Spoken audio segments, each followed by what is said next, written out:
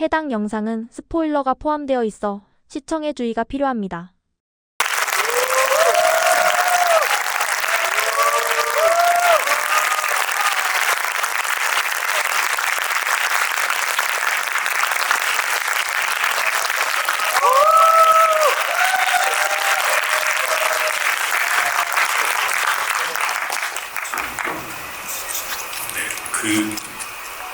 감독님과 배우님만 사진에 잘 나올 수 있게 저는 옆으로 이렇게 빠져 앉을게요.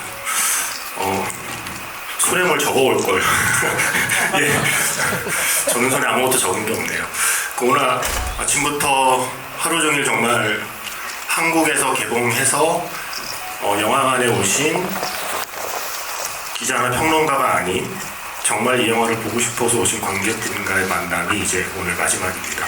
오늘 이 늦은 시간까지 함께 해주신 분들께 한 번씩 인사를 부탁드릴게요. 감독님 먼저. 개봉 첫날 와주셔서 여러분은 보통 관객이 아닌 정말 특별하고 소중한 관객이라고 생각합니다. 인사말 짧게 드리고 이럴 시간에 여러분의 질문, 대답 알차게 한번 해보겠습니다. 고맙습니다.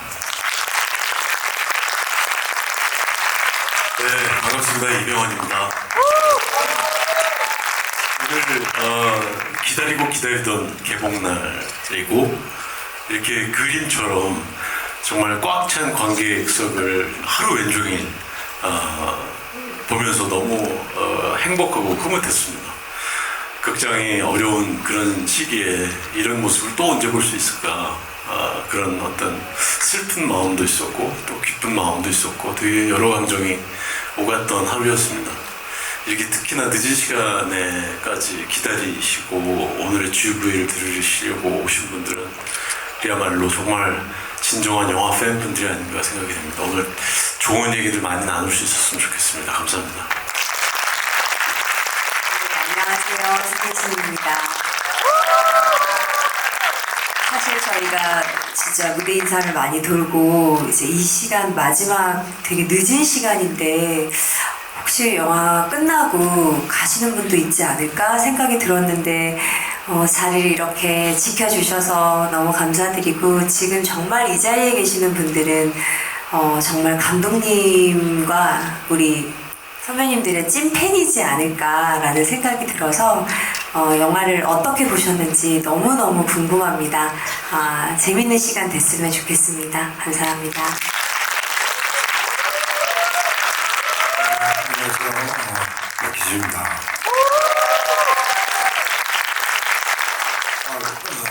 앞에서 다 말씀하셨지만 이렇게 하루 종일 꽉 찬 객석을 보고 있으니까 너무 기분이 좋고 감동스럽습니다. 예, 좋은 작품에 출연을 하게 돼서 저도 이 자리에 끼게 됐습니다. 너무 영광스럽고요. 좋은 시간 됐으면 좋겠습니다. 고맙습니다. 관객분들께 질문 기회 드릴 텐데요. 질문해주신 분들께는 굿즈를 선물로 드린다고 하니까 선물에 눈이 멀어 굳이 궁금하지 않은데 손은 들지 말아주시고요. 괜찮은 질문을 기다리고 있겠습니다. 왜 정확히 어디에 그렇게 꽂히신 걸까? 네. 뭐 여러 가지 이유가 좋은 장면들 많고 여러 요소들이 있어요. 우선 읽으면서 이 작품 자체로 재밌는데 내가 이렇게 고치면 이건 더 새로운 재미가 생기겠다는 아이디어가 떠올랐기 때문에 또 하나의 이유입니다. 뭐냐 하면은 아내와 아들이 만수가 무슨 짓을 하고 다니는지 결국 알게 된다. 그거였어요. 그렇게 되면 이 스토리는 완전히 이제 방향을 바꾸게 되고 결말이 전혀 근본적으로 다른 이야기가 되어버린다는 생각이 들었기 때문에 그거 아까웠고요. 못 만들면 그거 아깝겠다 생각했고요. 그다음에 구체적인 장면으로 얘기하자면 이 만수가 살인을 하면서 성공해 가면서 자신감을 되찾는다. 그리고 아들이 경찰에 끌려가는 문제가 생겼을 때 이 문제를 적극적으로 해결한다. 라는 부분이었습니다. 그 아들에게 위증을 교사하는 거잖아요. 사실 내용이 아들한테 뭐 무슨 정직하게 해라 그렇게 하는 게 아니라 거짓말을 하라고 가르치는 겁니다. 그 결과적으로 그것으로 문제를 해결은 일단은 하는데, 그래서 아내의 그 신뢰도 얻고 그렇긴 하는데 그 교육적으로 정말 안 좋은 행동이죠. 근데 그것을 자기가 범죄자가 직접 되어봄으로써 그렇게 하면 되는구나, 이렇게 하면 풀리는구나 하는 생각이 그런 아이디어도 떠올리고 그걸 아들한테 강요하고, 이제 이 만수라는 사람이 살아가는 방법이 이제 이렇게 변질되는구나 하는 것이 어떻게 보면 또 이해도 되고요. 아버지로서 이런 어린아이를 징역 1년을 살게 할 수는 또 없잖아요. 저는 아버지로서도 이해도 또 돼요. 그것이 이 모든 게 이제 평범했던 어떤 사람이 살인을 해가면서 이런 식으로 바뀌어 간다. 그런데 그것을 마냥 비난할 수만은 없다. 이런 참 딜레마 상황이 저를 아주 매혹시켰습니다. 아마 원작 소설을 보신 분은 느끼시겠지만 말씀하신 것처럼 원작 소설에서 굉장히 많은 걸 각색을 하셨어요. 근데 제지공장에 다니고 있다, 종이를 만드는 사람이다는 설정 자체는 손대지 않으셨거든요. 그래서 그 설정을 유지하는 게 굉장히 중요했던 이유가 있을까요? 바꿔보려고도 했는데, 왜냐면 제지공장 촬영 섭외하기가 너무 어려워요. 24시간 돌아가야 되는 그런 속성을 가진 곳이고, 그래서 다른 쪽을 해보려고 했는데 이만한 게 없더라고요. 종이는 우리 생활에 가까이 있고요. 그리고 우리가 하찮게 여기기도 하고 뭐 함부로 막 구겨서 버리기도 하고, 그러나 또 어떤 특수한 종이들, 예를 들면 지폐, 여권 뭐 이런 것들은 굉장히 소중하게 다루고, 그런 사물인데 또 이걸 누가 만드는지, 어떤 과정을 거쳐서 만들어지는지에 대해서는 전혀 관심도 없고 아는 사람도 없고, 나무를 잘라서 만든다고는 하는데 그러면 이게 환경 파괴하는 그런 산업이냐, 이런 건지 아닌지도 잘 모르고, 그래서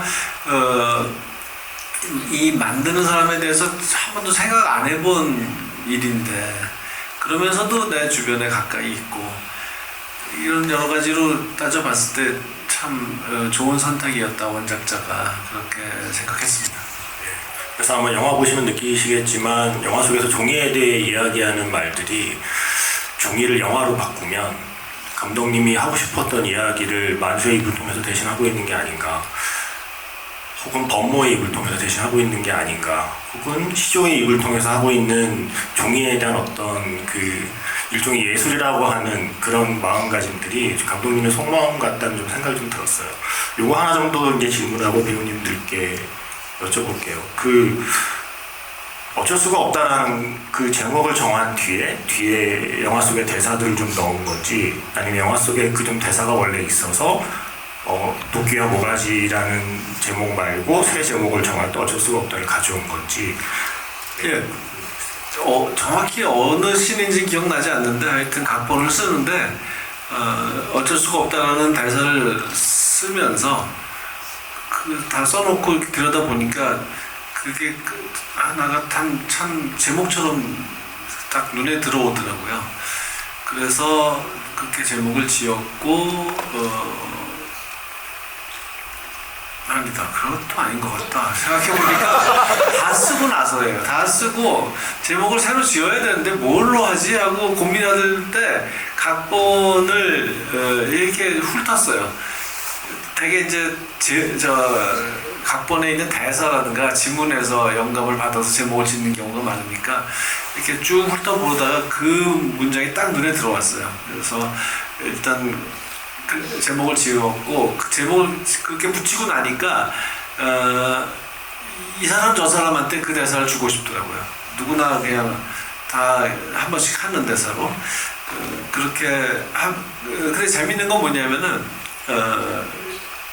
너무 자연스럽게 할 수 있는 대사라서 우리가 생활에서 그냥 쉽게 막 하는 대사이기 때문에 누가 해도 참 자연스럽게 잘 붙더라고요. 억지로 갖다 붙인 것처럼 안 느껴지고. 그래서 처음에는 한 번만 썼던 대사인데 여러 사람에게 반복해서 사용하게 됐습니다.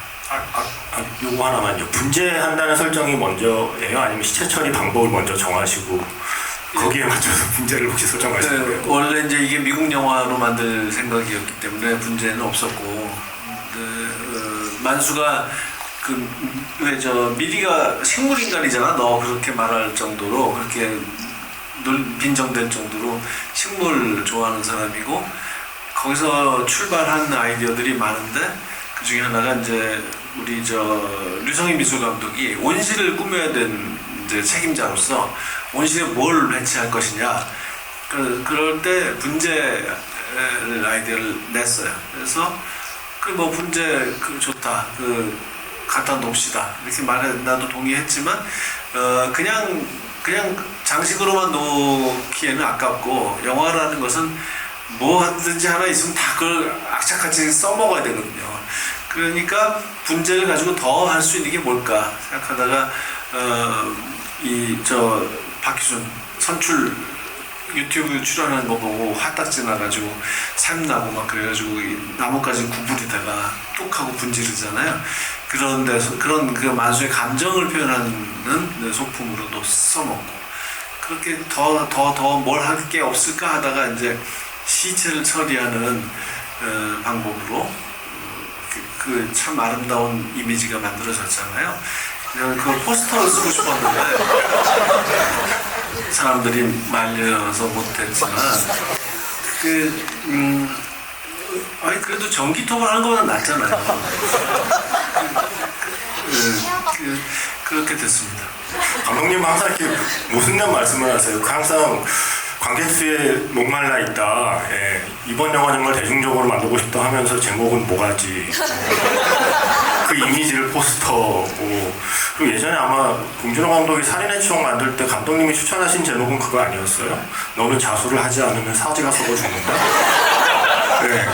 남의 영화에 그런 제목 막 쓰라고 하시고 막 그러시면서 항상 관객의 사랑에 목말라 있다고 이렇게 말씀하시는 거 어른들 좀 재밌다는 생각을 합니다. 자, 그리고 이병헌 배우님은 항상 감독님이 그전에 많은 인터뷰에서 이야기하셨어요. 병헌 씨하고 한번 다시 작품을 하고 싶은데 너무 이 친구가 늙질 않는다. 이 친구가 너무 좀 팽팽하고 내가 원하는 건 좀 중년의 좀 남자의 모습이 나와야 내 영화에 캐스팅할 텐데 라고 말씀을 인터뷰하셨는데 이번에 캐스팅이 되셨어요. 약간 좀 아라가 대사 있잖아요. 너무 탱탱한 거지 그러잖아요. 근데 약간 이게 박찬욱 감독이 제의를 받으며 좋으면서도 이제 내가 나이를 먹었다는 뜻인가라는 좀 복잡한 감정이 혹시 들지 않았을까 하는 생각이 들어요. 처음 박 감독님께 이 영화 제안 받았을 때는 어떠셨나요? 사실 JSA 때 이후로 감독님을 만나서 다음 작품 뭐 하세요? 뭐 이렇게 물어보고 막 계속 그런 얘기를 이제 지나가다 안부를 묻고 하면 너 좀 빨리 늙었으면 좋겠다. 나이 좀 먹어라. 뭐 이렇게 아직도 청춘 스타 같고 막 계속 그런 말씀을 하세요. 그래서 나 다 표현할 수 있는데 저는 사실 그 말을 이해를 못했어요. 내가 더 감정적으로 잘 표현하면 되는데 왜 자꾸만 늙으란 얘기만 하는 거지? 뭐 연기의 깊이를 더해라라든가 뭐 이런 얘기가 아니고 그렇게 얘기를 하시니까 이해를 못하다가 제가 이제 세월이 흘러서 이전 사진들을 보니까 제가 감독이라도 잘 안 캐스팅할 것 같이 너무 어려움만 보이더라고요. 본인이 봐도 너무 탱탱하던가요? 그렇죠. 너무 탱탱하고 너무 건강미만 있고 막 어떤 사진은 굉장히 느끼한 표정들이 많고 감독님이 그때 당시에 나한테 했던 얘기가 어떤 얘기인지 얼핏 감이 오는 느낌이 좀 들었어요. 그런 모습들을 보고. 근데 이제 함께 작업을 하면서 내가 그렇게 많이 또 지금 또 많이 늙었나 뭐 이런 생각을 들기보다는 감독님이 말하는 그런 어떤 느낌들이 어떤 느낌이 있었으면 좀 좋겠다, 어떤 깊이가 있었으면 좋겠다라는 걸 이해를 할 것 같아요. 그러니까 지금 딱 요 나이대가 가장 여전히 아까 막 예민하고 또 표현도 잘해낼 수 있고 적당하게 또 늙었으니까 빨리 많이 저랑 같이 하셨으면 좋겠어요. 네. 이야기의 결말이 이렇게 가나요? 네. 내가 이제 감독님의 원하는 만큼 늙었으니 앞으로는 나하고만 찍어라라고 하는 말씀이 지금 지나면 너무 많이 늙어버리니까 딱 적당하게 이렇게 나이가 먹었을 때 그 처음에 영화에 대한 얘기할 때 이제 그 배우 입장에서 그런 걱정을 했다는 말씀을 감독님 인터뷰에서 이제 봤어요. 그러니까 이 정도 일로 3명을 죽이는 거에 대해서 관객이 과연 납득을 할까에 대한 걱정을 했을 때 감독님의 근데 인터뷰의 대답을 보면 이병헌이라면 관객이 충분히 아마 따라갈 수 있을 것이다. 그래서 만수의 입장에서 이야기를 또 따라갔다가 그러면 안 되지라고 하고 이렇게 거리를 뒀다가 관객이 계속 좀 가까워졌다가 멀어졌다는 거리감을 이병헌만이 표현할 수 있는 것이라고 말씀하셨는데 이게 바꾸어 말하면 그런 거리감을 못 느끼면 이병헌 탓이 되는 거잖아요. 그래서 혹시 그런 부담은 없으셨나요? 생각해보면 되게 무책임하고 책임 전가를 언제든지 할 준비를 되게 미리 계획을 하신 것 같다는 생각도 들어요. 사실 정말 그게 영화 촬영을 하는 한 5개월이라는 시간 동안 제일 저는 힘든 숙제였어요. 그래서 어떻게 하면 그래도 조금이라도 더 설득력 있게 나의 감정을 막 더 처절하고 더 비참하게 그래서 조금이라도 더 관객들이 좀 그래 그럴 수 있어. 근데 이 과정들을 사실 계속 그것만 계속 보여주다 보면 영화가 시작이 안 돼요. 그러니까 결국 무슨 시리즈를 만들어야 조금 그래 저 정도면 그래, 알았어 이제는 좀 그렇게 해도 돼. 약간 이런 지경까지 오려면 미니 시리즈를 한 4부 정도 때쯤에 그런 누구나 설득될 수 있는 그런 감정의 상태가 아닐까? 저는 그렇게 생각해요. 4부까지 가기 전에 다 채널 돌아간다. 그러니까 그래서 아무튼 간에 저는 가장 큰 숙제였어요 그게. 그거나 영화를 보신 분들이 그 거리감을 충분히 느끼셨으리라는 생각이 들고요. 감독님 그리고 만수는 면접을 볼 때조차 잘 먹히지 않는 개그를 시도하는데 그런 한심한 개그 욕심은 이병헌에서 캐치한 부분이다. 자, 여기에 대해서 혹시 그런 한심한 개그 욕심에 반영된 장면이 있는 건가요? 물론 만수의 캐릭터는 그 씬 중에 제가 생각해도 한심해 보이는 그런 어떤 자신의 유머를 약간 자랑하려고 하고 과시하려고 하는 부분들이 있긴 하지만 평소에 저하고 감독님은 진짜 약간 그런 유머에 대한 욕심들이 각자 있는데 사실 결이 살짝 다르기는 해요. 감독님의 유머 코드와 저의 유머 코드는 아주 약간 다른데 그래서 서로 열심히 유머를 하는데 상대방은 잘 안 웃어요. 이상한 의식들을 서로 하고 있는데 어쩌다가 내가 얼핏 유머를 던졌을 때 혹은 감독님이 유머를 던졌을 때 상대방이 웃으면 그걸 그렇게 또 서로 좋아할 수가 없어요. 이겼다라는 이상한 승리감 같은 것들을 느끼면서 아무튼 굉장히 즐거운 서로 코드는 잘 안 맞지만 그런 유머 코드는 그럼에도 불구하고 굉장히 즐거운 촬영장의 분위기였어요. 그래서 감독님 혹시 그런 이병헌 배우의 모습을 보고 이렇게 시나리오에 추가하거나 했던 장면이나 어떤 대사 같은 게 네, 그게 결국 사용하지는 않았는데 이제 남구라는 캐릭터가 있잖아요. 처음에 파피루스 면접을 볼 때 그 면접관 중에 앉아있던 옛날 후배 그 배우가 이제 전화를 하잖아요. 그래서 면접 정오에 와줄 수 있느냐 마트에서 일할 때 그래서 이제 통화하는 대사로 새로 쓴 것이 녹음을 했는데 단점이 뭔지 그거 준비해라 이런 얘기하죠. 그때 새로 추가했던 대사가 만수가 근데 혹시 너희 사장님이 이 유머 감각이 좀 있으신가? 라고 물어요. 그러면 남구가 왜요? 또 그 개그 본능 막 올라오죠? 그런 얘기를 해요. 그러면 또 만수가 아니 너무 무거운 거 싫어하시는 분들이 있으니까라고 하면서 이제 나름 이제 유머를 준비하기 시작하는 거예요, 조크를. 그 결과가 이제 단점이 뭐냐라고 물었을 때 싫은데요라고 하는 그 썰렁한 씬이었다는 거죠. 근데 그 장면 녹음 전화 통화 목소리 녹음해서 참 재밌게 됐지만 이제 이 그림 지금 왜 옷 다 벗어서 속옷만 입고 있는 상황에서 뭐 여자 직원들 지나가니까 막 트럭 뒤에 숨고 트럭 떠나버리고 그 무한한 장면을 너무 방해하더라고요. 그래서 그 눈물을 머금고 뺐습니다. 근데 그런 이제 끝없는 개그 욕심 그런 것은 이제 이 병원 배우로부터 영감을 받았죠. 손예진 배우님은 애초에는 시나리오상의 비중이 지금보다 좀 작았다고 들었어요. 이제 그게 함께 작업을 준비하면서 시나리오상의 분량이 좀 늘어나고 아마 캐릭터도 처음보다는 조금 더 달라졌을 것 같거든요. 처음에 시나리오를 받았을 때의 미리와 지금 완성된 영화의 미리는 어느 정도의 좀 차이가 있는지 중간에 좀 어떤 면들이 좀 추가되고 변화가 되었는지 좀 말씀해 줄 수 있을까요? 처음에 감독님께 시나리오를 받은 게 벌써 작년 봄? 막 이랬을 때여서 아기를 낳고 났는데 기억력이 정말 감퇴가 심하게 돼서 방금 있었던 일도 기억이 깜빡깜빡 하거든요. 그래서 사실 정확하게 기억은 나지 않지만 그때 감독님한테 시나리오를 딱 받았을 때 미리란 얘기를 못 듣고 받았었어요. 그래서 감독님은 이제 얘기를 하셨다고 했는데 전달 과정에서 그것이 이제 생략이 됐는지 그래서 받으면서 약간 당황했던 것은 미리인 것인가 아라일 것인가 왜냐면 아라가 임팩트가 굉장히 셌거든요.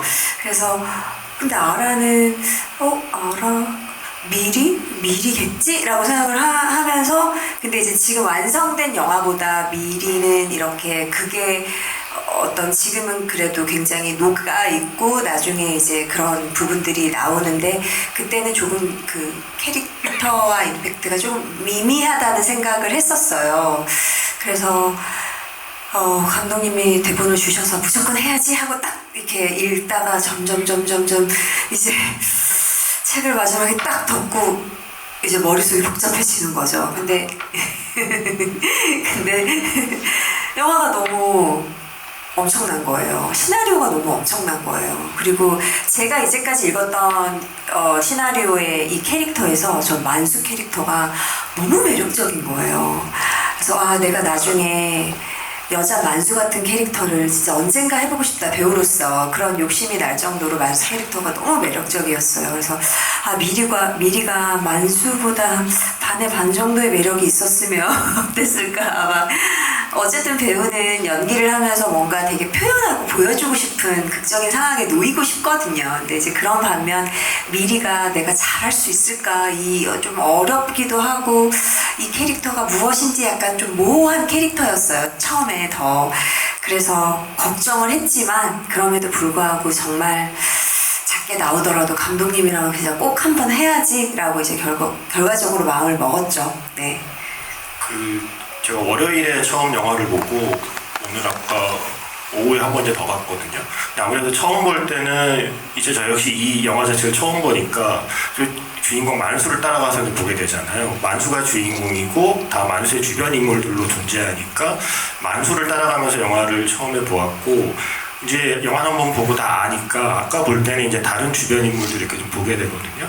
근데 확실히 후반부 장면에서 만수가 선추리를 만나러 간 사이에 집에서 아이들과 남아있는 미리의 시퀀스가 만수의 시퀀스와 굉장히 균형이 잘 잡혀있다는 생각을 좀 하게 되더라고요. 항상 만수가 하는 말이 나 지금 전쟁 중이야 라고 얘기를 하는데 마지막 후반부에 그 만수가 선추리를 만나러 간 사이에 홀로 집에 남아있는 미리도 그 순간만큼은 전쟁 중이고 엄청난 전투가 마음속에서 벌어지는 그 느낌을 받았거든요. 그래서 그 후반부 시퀀스의 연기를 좀 준비할 때는 마음가짐이 좀 달라야 되지 않았을까, 좀 부담이나 긴장도 있지 않았을까라는 생각을 좀 하게 됐어요. 맞아요. 그때 유일하게 연기를 좀 보여줄 수 있는 시기도 했기 때문에 아주 이를 갈면서 어떻게 하면 이병헌 선배님의 연기에 조금이라도 따라갈 수 있을까 항상 그 시나리오를 보면서 이제 몇 점은 많이 나오지 않으니까 그 두 개밖에 없잖아요, 감독님. 근데 그래서 고민이 됐죠. 하지만 그럼에도 불구하고 또 어려웠던 것은 그것이 이제 막 표현을 많이 하지 않는 씬이었기 때문에 이것이 막 절규를 한다거나 막 거기서 막 충격을 받아서 뭐 오열을 한다거나 어떤 그런 것이 아니잖아요. 그래서 더 절제됨 속에서 미리의 그 혼란스러운 감정을 표현해야 된다는 것이 사실 굉장히 어려웠어요. 그래서 그 기준과 그 선을 어떻게 정해야 될지 정말 실제라면 기절하겠죠. 뭐 정말 그 자리에서 주저앉거나 덜덜 떨리거나 막 이런 거가 있을 텐데 그것이 아닌 다른 방향의 미리의 표현, 특히 시원이에게 땅 파고 난 뒤에 이제 굉장히 아무렇지도 않은 표정으로 아이를 안심시키는 그런 것들 다 이제 어려웠어요. 그리고 다시 만수를 만났을 때 나는 이제 모든 것을 알고 있는 후에 이제 미리는 과연 어떤 느낌일까? 실제라면 진짜 어떨까? 그래서 그 저의 실제 모습을 생각하면서도 이게 너무 극적으로 미리 캐릭터가 보여줘야 하는 모습들이 있었다 보니까 그 중간에서 되게 고민을 많이 하면서 찍었던 것 같아요. 네.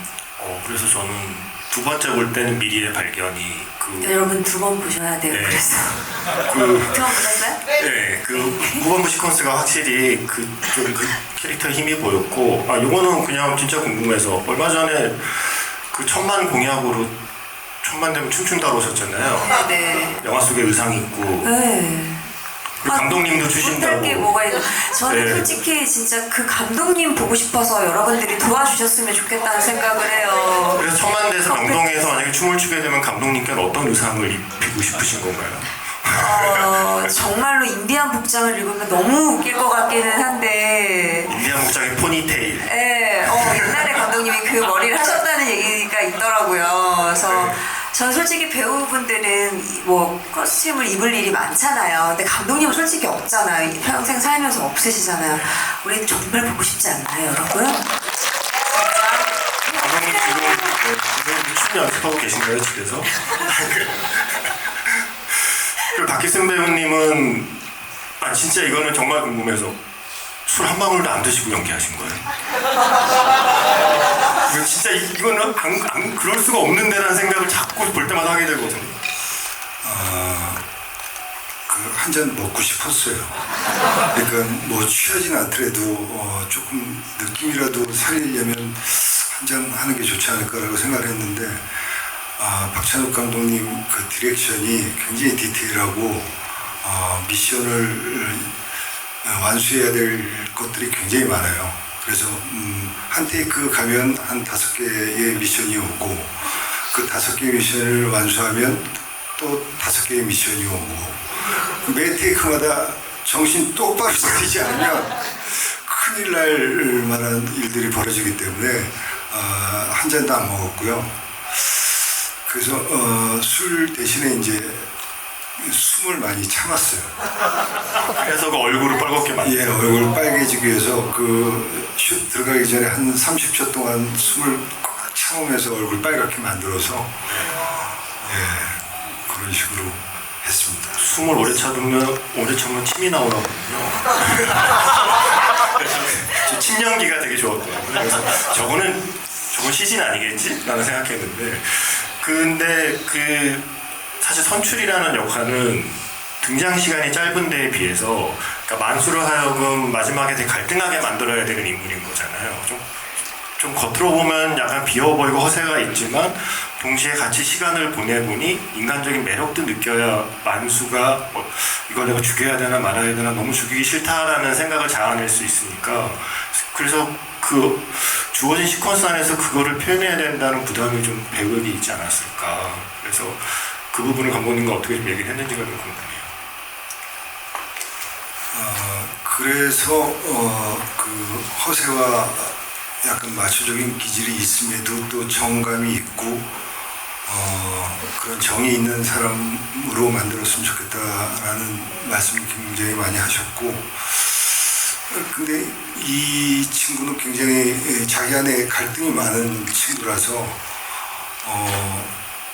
그러니까 그 사람 좋아하고 술 좋아하고 이런 걸 좋아하면서도 왜 딴 섬에 들어가서 혼자 또 깊은 숲속에서 혼자 살고 있으면서 바베큐 구워줄 테니까 와라. 거기까지 바베큐를 먹으러 오는 사람이 어디 있겠어요. 그러니까 그 외로움에 지쳐서 그 SNS에 아무도 궁금해하지 않고 아무도 보지 않는 자기의 원맨쇼를 하면서 자기 집을 자랑하고 그런 그 허술함도 있고 그 비어있는 모습에서 동질감을 느낄 수도 있었던 것 같고, 그리고 그 같은 위치에 같은 딜레마를 갖고 있는 그 술이라는 또 매개체가 있고, 그래서 만수의 모습에서 선출을 보고 선출의 모습에서 만수를 볼 수 있게끔 조금 닮았으면 좋겠다라는 말씀을 많이 하셨거든요. 그래서 만수와 경쟁자가 아니었으면 굉장히 좋은 친구가 됐을 것 같은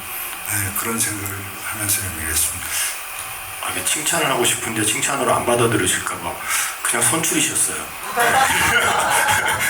그냥 그 선출하고 너무 그냥 딱이셔서 저 계속 그 생각하면서 봤네요. 이게 시간이 많지 않아서 빨리 일단 질문 기회를 드리고 또 이어가 보겠습니다. 이 양쪽 조명 때문에 저 잘 안 보이니까 거기 그 하얀색 옷이라서 눈에 들어왔어요. 바로 옆에 계신 분. 최대한 짧게 부탁드리겠습니다. 네. 한 개씩만, 1인당 한 개씩만. 영화 너무 재밌게 잘 봤고요. 그 영화 처음부터 끝까지 그 햇빛의 그 모티브가 계속 나오는 것 같은데, 그거를 좀 영화에서 집중해서 계속 보여주신 이유가 뭔지 정말 궁금합니다. 미리가 체납 경고장, 은행에서 보내온 체납 경고장을 뜯어볼 때서부터 그 강한 역광이 렌즈를 때리듯이 들어오기 시작해서 바로 이어지는 다음 주에서 만수가 막 눈부셔서 찌푸리고 그러잖아요.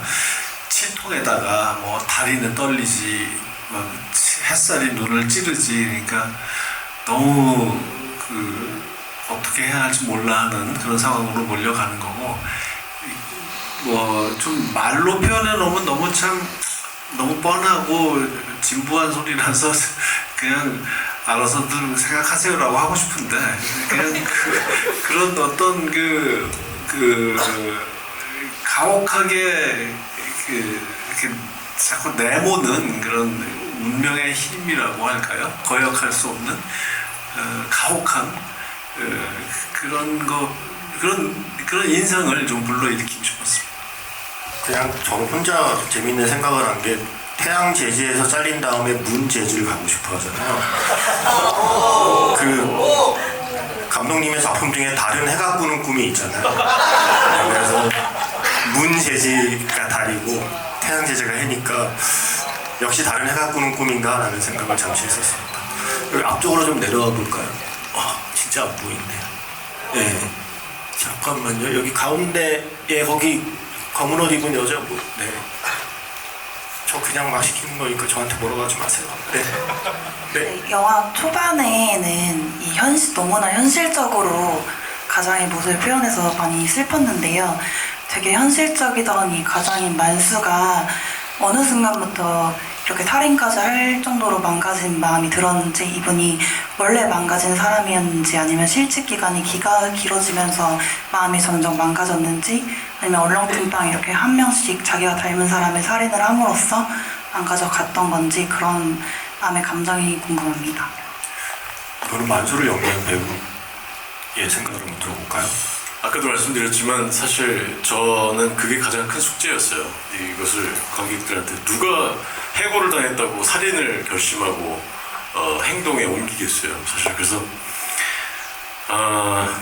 그게 보편성 있는 선택이고 일반적으로 생각할 수 있는 일이라면 사실은 그런 고민을 많이 크게 하지 않았겠죠. 근데 그것이 저한테 가장 큰 숙제였고, 감독님이랑 가장 많이 대화를 나누고 토론을 벌이고 했던 부분이에요. 그래서 아주 작은 부분이라도 계속 설득력을 있게 하게끔 하기 위한 여러 가지 작은 장치들은 계속 그나마 많이 넣고, 제가 연기했을 때도 예를 들면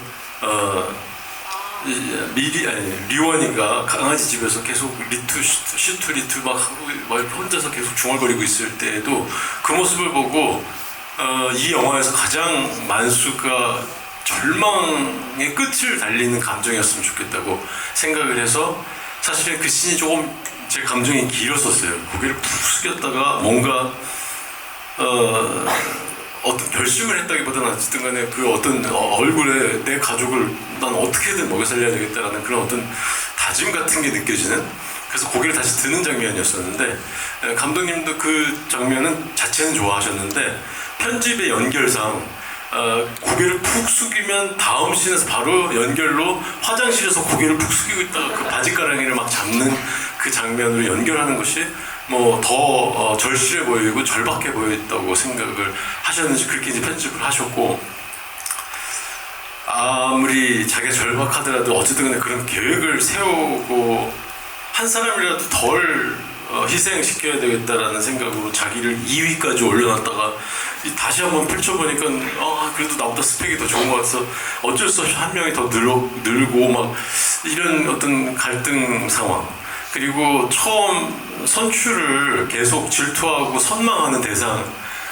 시기하고 그런 대상으로서 그냥 큰 생각 없이 따라다니다가 옥상으로 올라가서 이렇게 선출이 저 아래서 통화하는 모습을 이렇게 보고 있다가 원래 제가 감독님한테 어떤 아이디어를 드렸었냐면, 그것도 이제 설득력을 위한 몸부림 중에 하나였었는데, 저한테는 문득 난간에 서 있는 조그만 화분을 보고 잠깐 미친 느낌이 들어서 발로 이렇게 쓱쓱 밀어봐요. 그러면 그 화분이 이렇게 간당간당해요.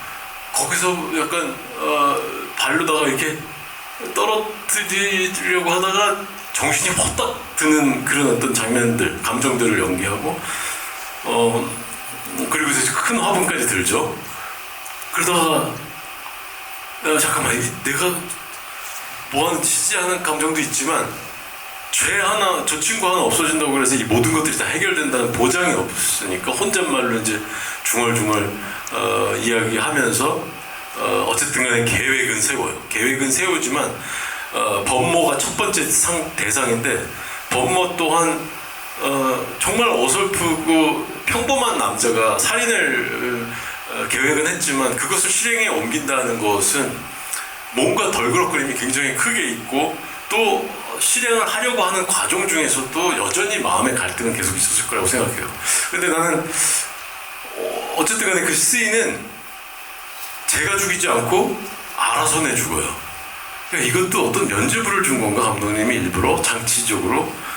그래서 사실 나는 죽이려는 계획으로 갔다가 내가 죽임을 당할 뻔하기도 해요. 그 시퀀스에서. 그래서 아라한테서 막 도망치고 막 그렇지만 어쨌든 간에 내 손이 아니라 아라 손에 죽었지만 계획 자체는 실행이 되기 시작했어요.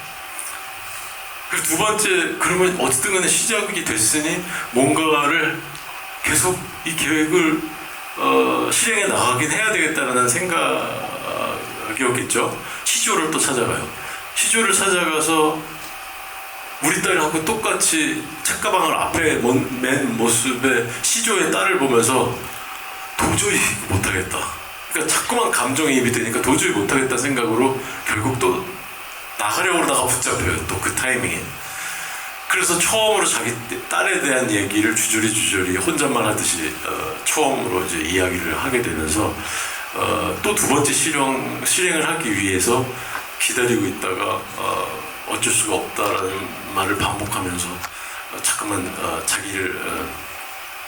자기 체면을 걸기 시작하고, 그때가 처음으로 누군가를 쏴서 죽이는 상황이긴 하지만 그 순간도 사실은 마치 사고처럼 이렇게 내 팔을 이렇게 얼떨결에 내 팔을 툭 쳐서 자기도 모르게 빵 쏴버리고 그것에 놀라서, 거기에도 어떤 장치가 있었냐면 멍하니 쓰러져서 일을 처리할 생각을 못하고 거기 비상등 깜빡이는 것들을 깜빡깜빡하고 있는 거를 멍하게 계속 쳐다보는, 이제 진짜 비로소 처음 살인을 한 상황이니까 그 깜빡깜빡거리는 거를 고속으로 잡아서 깜빡깜빡거리다가 이게 점점 느려지다가 꺼져요. 그러니까 그런 장면도 사실은 있었어요. 이 모든 과정들에서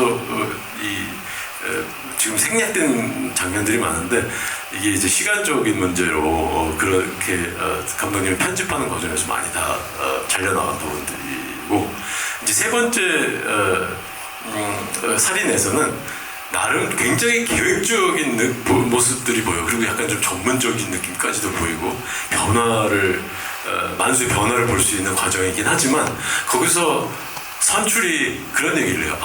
그래서 이 라인맨이 하나 더 뽑아야 돼. 거기서 정말 하느님께든 부처님께든 너무 감사하다고 이야기하고 싶은 심정이라 울컥 눈물이 쏟아지는 거예요. 그래서 내가 눈물을 이렇게 닦는 순간 혹시 또 만수 우는 거야? 뭐 이런 얘기하면 무슨 또 넘어가기도 해요. 그래서 내가 바짝 다가서서 그래, 그 한번 위에다 얘기 좀 해봐.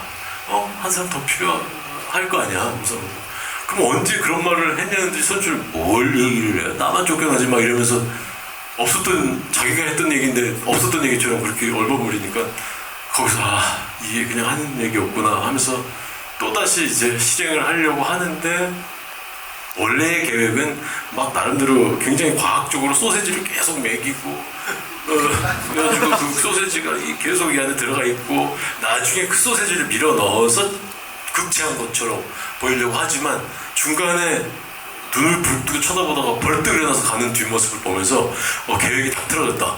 그냥 어쩔 수 없이 총으로 죽여야 되겠구나라고 생각해서 총을 꺼내서 하려고 하는데 보니까 술을 꺼내는 거여서 다시 내 계획대로 할 수 있겠구나. 아무튼 그 선출과의 씬에서 되게 마음이 왔다 갔다 하는 장면들이 다 보여요. 다시 보시면 아마 잘 보일 거예요. 역시 상대방이 했던 말을 그대로 반복하는 거죠. 범머가 했던 말을 엿듣고 그 얘기를 집에 와서 미리한테 뭐 하는 방식이고, 사실은 어쩔 수가 없다도 처음에 회사에서 해고당할 때 그 외국계 대표가 차에 타면서 했던 말이 어쩔 수가 없다잖아요. 그 사람이 했던 말로 저는 일종의 계속 스스로에게 자기 체면을 건다는 생각을 했어요. 그리고 제가 캐치한 감정은 시조를 죽일 때는 제 기억에는 죄송합니다를 하고 있었고 마지막에 선출을 죽이기 전에는 어쩔 수가 없다를 하고 있었거든요. 저는 그게 마음의 변화가 아닐까 생각을 2번 봐서 했습니다. 저기 제일 구석에 계신 분 한번 기회 들어. 저기 그 앞에서 세 번째. 네.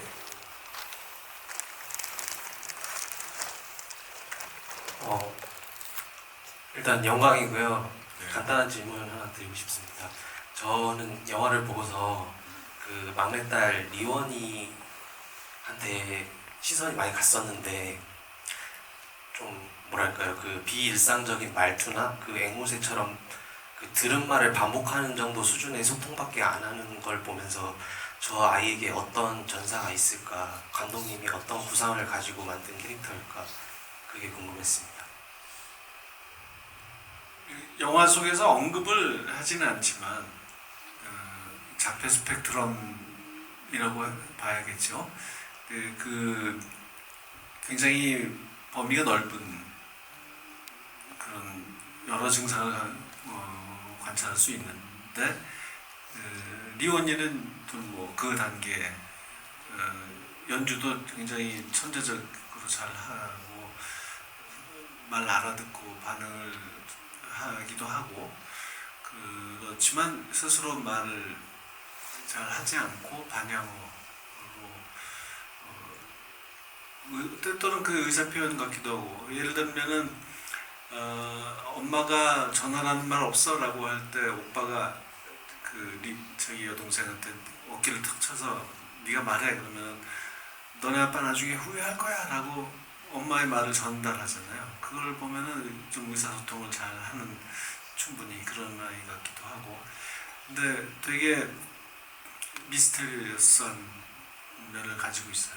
그래서 그러니까 그네 탈 때도 우리 형편에 이 많은 식구를 먹여 살릴 수는 없다고 생각한다. 그게 무슨 뜻일까? 만수의 결심을 도와주는 말일까? 또 맨 마지막에 첫 출근을 하는 아빠에게 벌레가 끌어서 다 죽어가더라는 말은 또 무슨 뜻일까? 만수의 영혼이 이렇게 갉아먹혀서 썩어가고 있는 건가? 이런저런 그래서 이 리온이라는 애가 되게 신비로운 존재고 저는 어떤 예언자 같은 어린아이지만 되게 그 뭐랄까 성스럽다고도 할 수 있고 특별한 능력을 영적 능력을 가진 그런 존재다라고 생각했습니다. 저 시간 없어요. 시간이 네. 이병헌 배우님께서 한 질문 3개 정도 하셔서 시간이 없어요.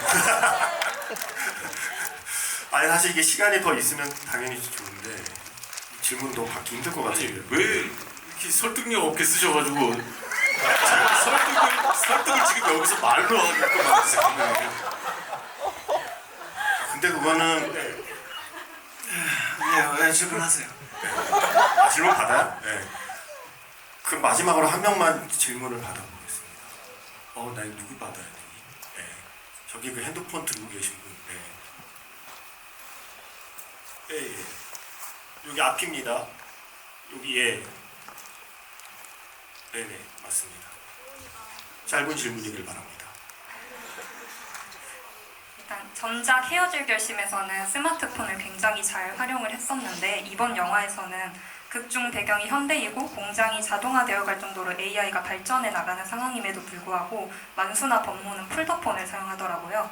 이게 시대가 변해감에도 제지업을 고집하는 둘의 캐릭터성을 반영한 것인지 아니면 또 다른 이유가 있는지 궁금합니다. 만수의 폴더폰은 그거예요. 저 대포폰이에요.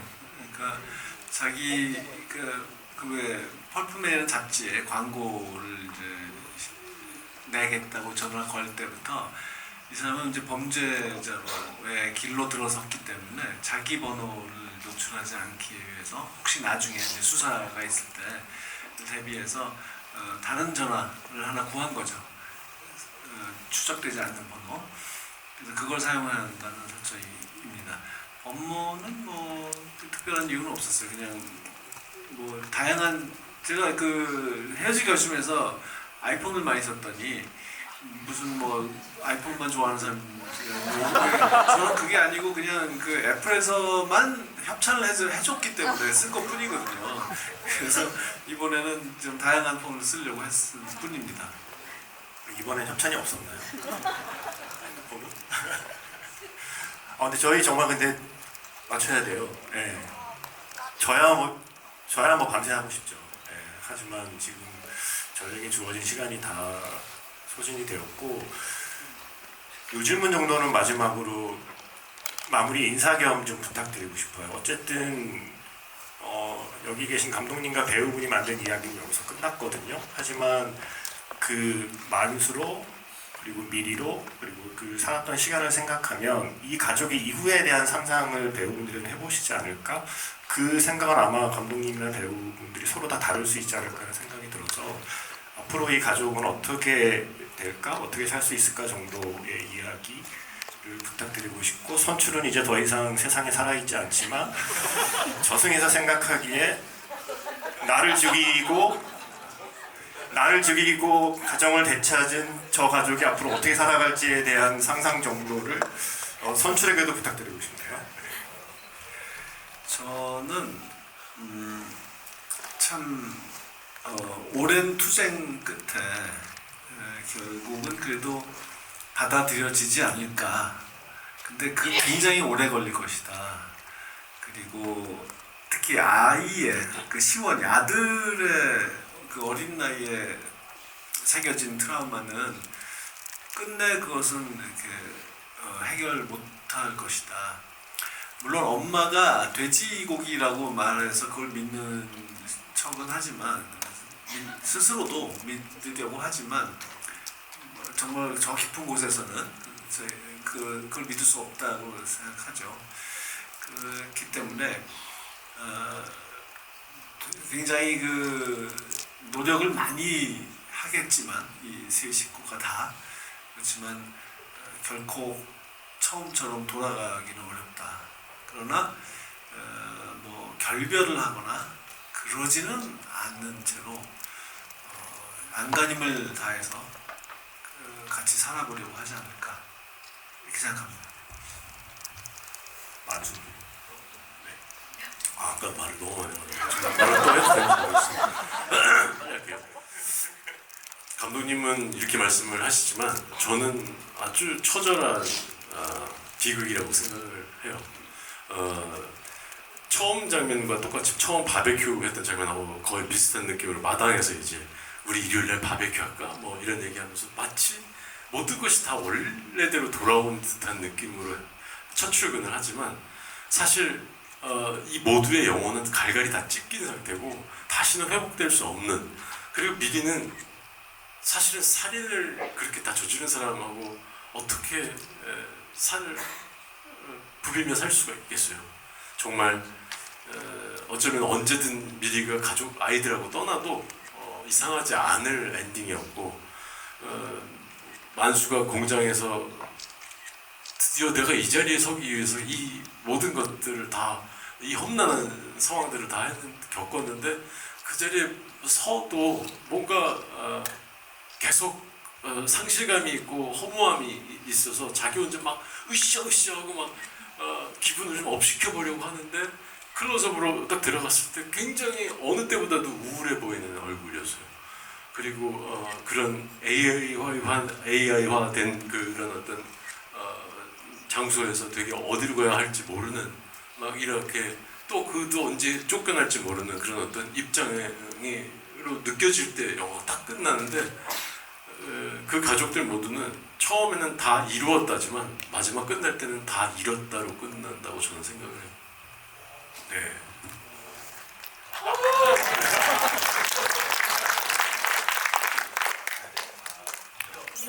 네.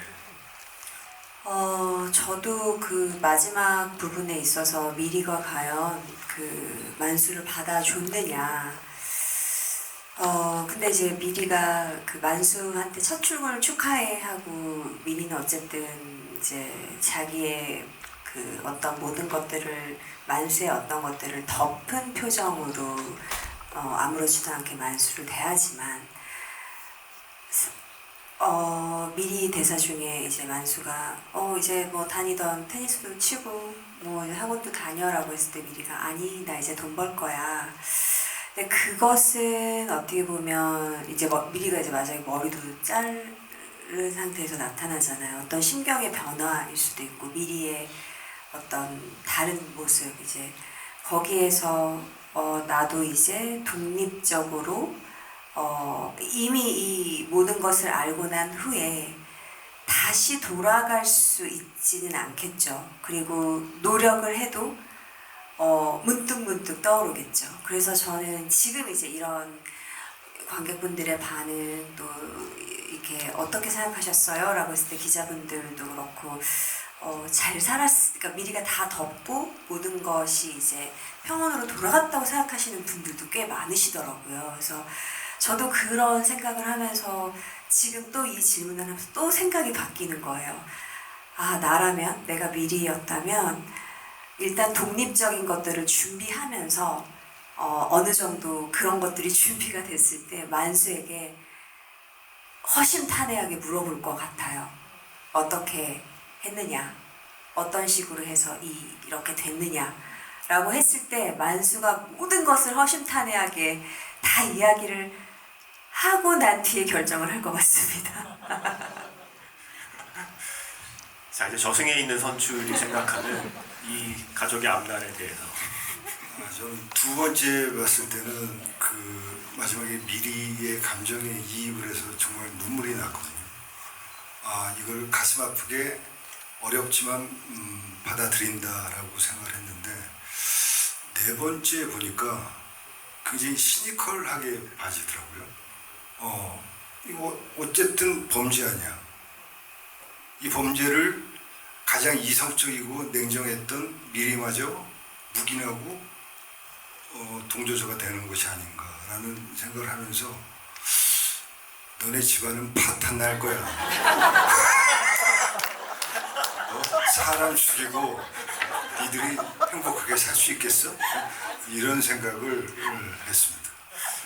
다른 건 몰라도 아마 만수는 영원히 소세지는 못 먹지 않을까 생각을 해보게 되네요. 이 사실 보통 GV를 하면 10시 넘고 10시 반만 돼도 사실 관객분들 막차 시간 돼서 막 어쩔 수 없이 그야말로 어쩔 수가 없어서 나가시는 분들 많은데 지금 11시가 되는데도 이 마지막까지 자리를 지켜주셔서 정말 보기 힘든 GV라는 생각을 다시 한번 하게 되고요. 이 늦은 시간까지 함께 해주신 분들께 마지막으로 그 감독님과 배우분들의 인사를 듣도록 하겠습니다.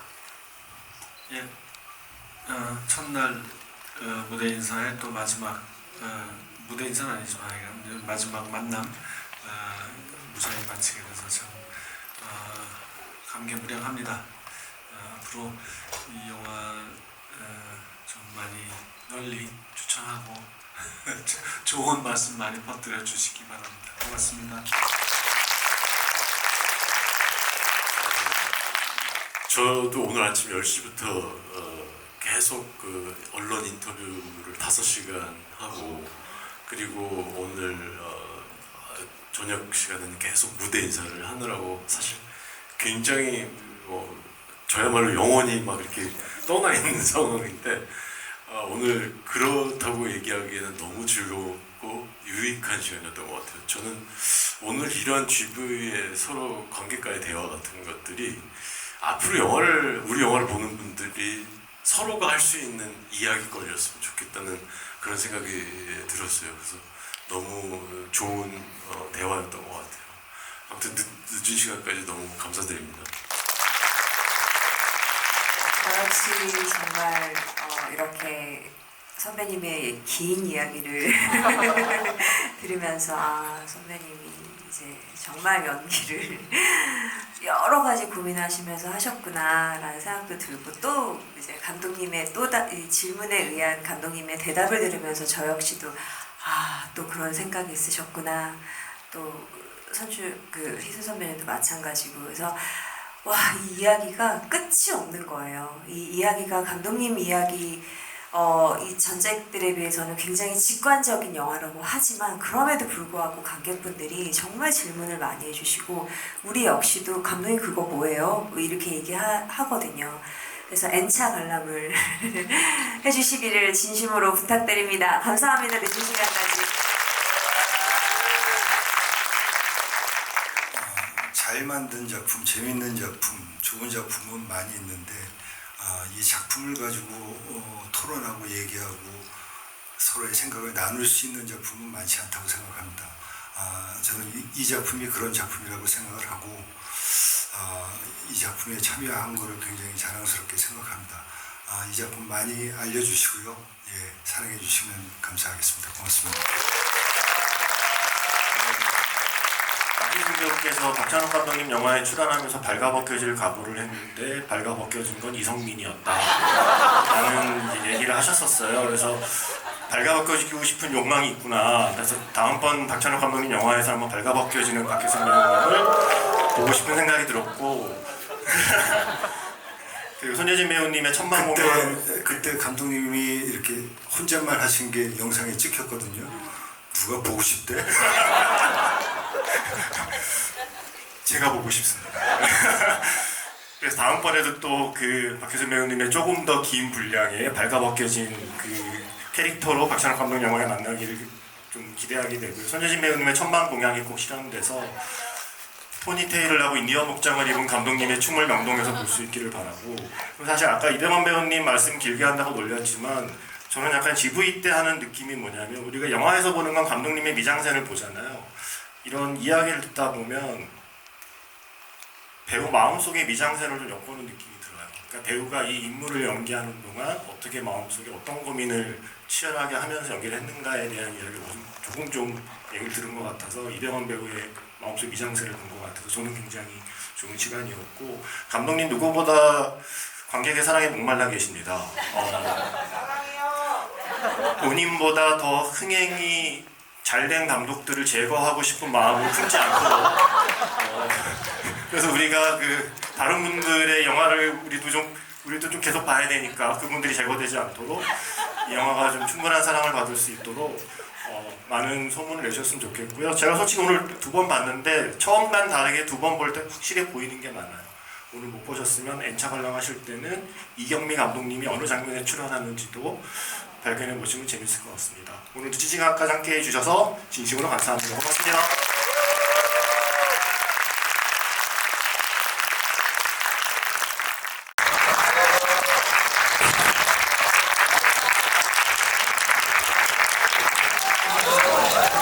빨리 가야지. 이거 낙차 끊겼다.